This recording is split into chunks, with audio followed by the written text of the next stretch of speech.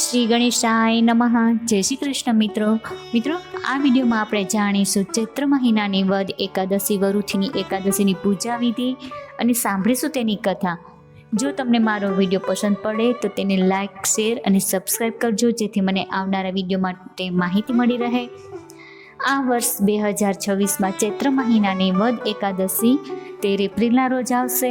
તો તેનો પ્રારંભ જાણી લઈએ. તો જે 12 એપ્રિલે મધ્યરાત્રિથી શરૂ થશે, રાતના 1:16 શરૂ થશે. જે 13 એપ્રિલે આખો દિવસ એકાદશી રહેશે ને 14 એપ્રિલે મધ્યરાત્રિએ 1:08 પૂર્ણ થશે. જ્યારે પારણાનો સમય 14 એપ્રિલે મંગળવારે સવારે 6:30 બાદનો રહેશે. તો ચાલો સાંભળીએ વરુથીની એકાદશીની કથા, જે ભગવાન શ્રી કૃષ્ણએ યુધિષ્ઠિરને પદ્મપુરાણમાં કહી હતી. યુધિષ્ઠિરે પૂછ્યું, હે ભગવાન, ચૈત્ર માસના કૃષ્ણ પક્ષમાં કઈ એકાદશી આવે છે? કૃપા કરીને એનો મહિમા મને બતાવો.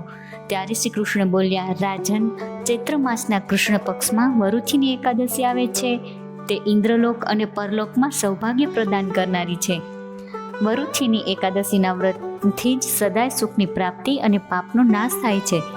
જે 10,000 વર્ષ સુધી તપસ્યા કર્યા પછી મનુષ્યને પ્રાપ્ત થાય છે, એ જ ફળ આ વરુથીની એકાદશીનું વ્રત રાખવા માત્રથી થાય છે. નૃપ શ્રેષ્ઠ ઘોડાના દાન કરતાં હાથીનું દાન શ્રેષ્ઠ છે.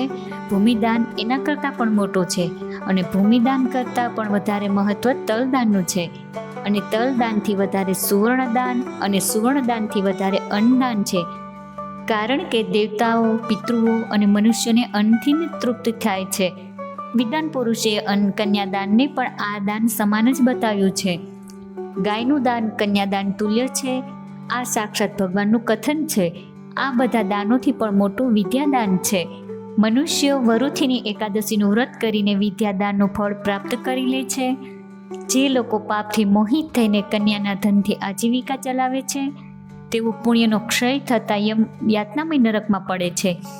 આથી સર્વ પ્રકારના પ્રયત્નો કરીને કન્યાધનથી બચવું જોઈએ અને પોતાના કામમાં ન લેવું જોઈએ.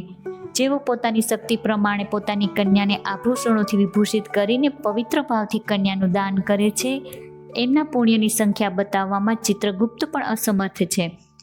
વરુથીની એકાદશી કરીને પણ મનુષ્ય એના જેવું ફળ પ્રાપ્ત કરી શકે છે.